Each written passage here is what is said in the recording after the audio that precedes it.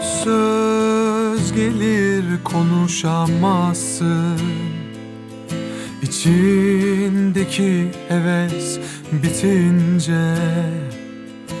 Zor gelir yapamazsın, elindeki aşk gidince.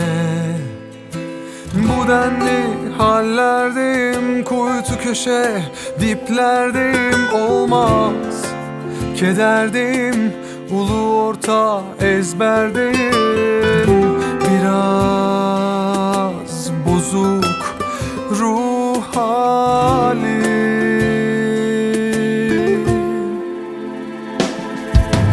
Dön geç olmadan, ben kapıları kapatmadan. Gel son bahardayım, kış düşmeden dön gel. Dön geç olmadan, ben kapıları kapatmadan. Gel son bahardayım, kış düşmeden dön gel.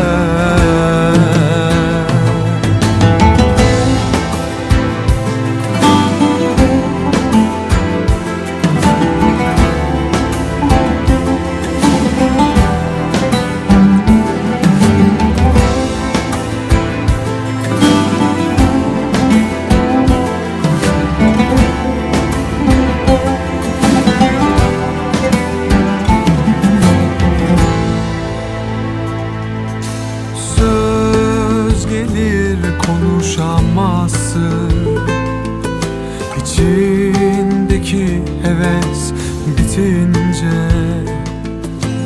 Zor gelir yapamazsın, elindeki aşk gidince.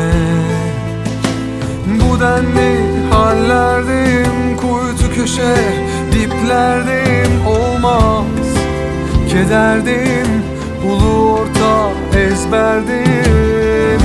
Biraz bozuk